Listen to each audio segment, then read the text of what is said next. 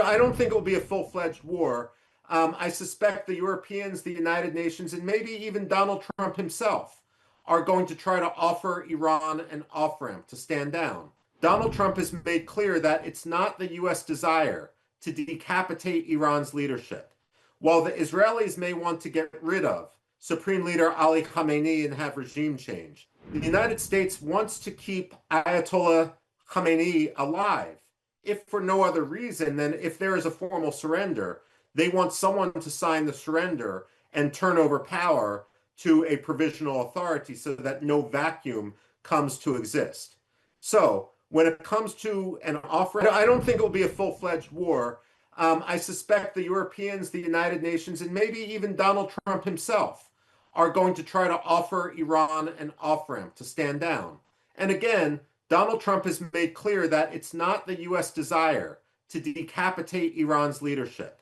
While the Israelis may want to get rid of Supreme Leader Ali Khamenei and have regime change, the United States policy is not to do that. In fact, the United States wants to keep Ayatollah Khamenei alive, if for no other reason than if there is a formal surrender, they want someone to sign the surrender and turn over power to a provisional authority so that no vacuum comes to exist. So when it comes to an off-ramp, yes, there will be an off-ramp.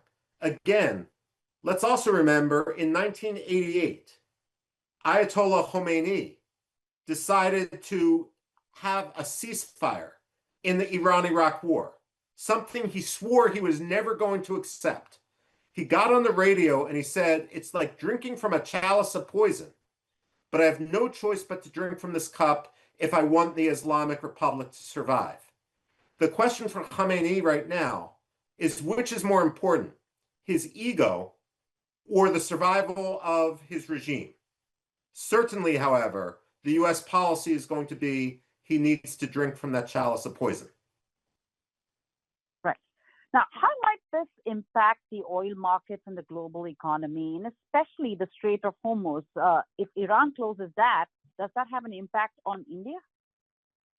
Well, 44% of the fuel that goes through the Strait of Hormuz ends up in Asia, most of that in China, but also to some degree in India. And so there might be a short disruption. However, there is an ability to have alternate supply. The United States is a major supplier right now. Saudi Arabia can ship fuel across the Arabian Peninsula to Yanbu. The United Arab Emirates have a pipeline that bypasses the Strait of Hormuz and goes into the Gulf of Oman. Also, remember that Iran needs to import gasoline. And so while the Iranians rhetorically might talk about closing the Strait of Hormuz, militarily they're not able to do that for more than about a day. Beyond that, they would be committing suicide. Their own economy, their own military would wither away should they try to close the Strait of Hormuz. Back in April and October 2024, when you had the Iranian missile strikes on Israel and the Israeli retaliation, the Iranians briefly started exporting some of their oil through Jask, which of course is also like Chabahar, outside the Strait of Hormuz.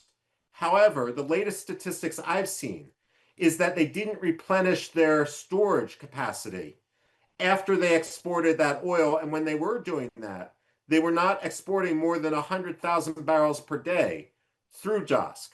So the Iranians are going to be the ones who suffer the most.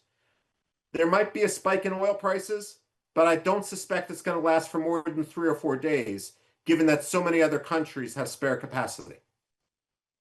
Right. Now, how will this really impact Iran's relationship with Russia and China? What do you see?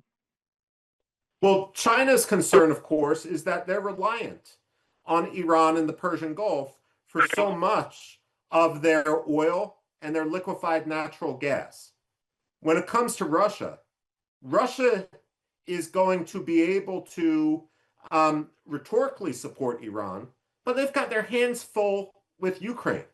I mean, in a sense, just like Iran cut Hezbollah loose, Russia cut Bashar al-Assad loose.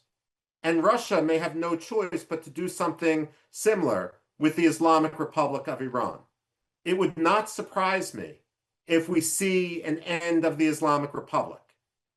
It would surprise me if we see a democracy form in its place.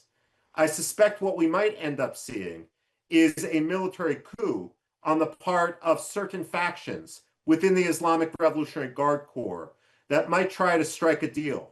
Iranian sovereignty for Iranian non-aggression. Right. Just moving on from this topic about Pakistan formally recommending U.S. President Donald Trump for the Nobel Peace Prize. What happens here with all this happening? You know, the United States, it's likely that some of the U.S. operation was discussed with Asim Munir. Maybe not in detail, but maybe something to the effect of passing some messages to Iran or talking about the possibility of overflights. Perhaps it was put in the context of reconnaissance rather than military attacks. And also, one of the things we also likely discussed with Pakistan was, should there be any damage to U.S. aircraft? Ability of the U.S. aircraft to land inside Pakistan.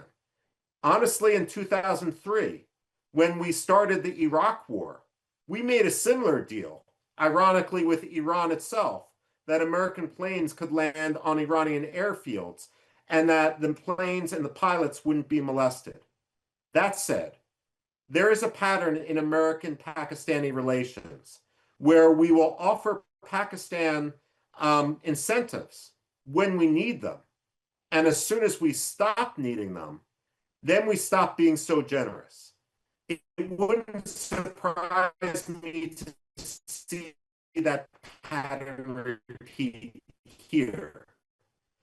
And frankly, Pakistan knows when they deal with the United States, we are fair weather friends.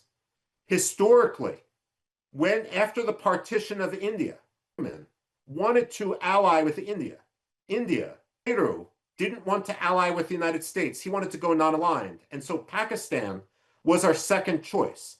It was almost like asking the pretty girl to the prom, getting rejected, and then going with the ugly girl instead.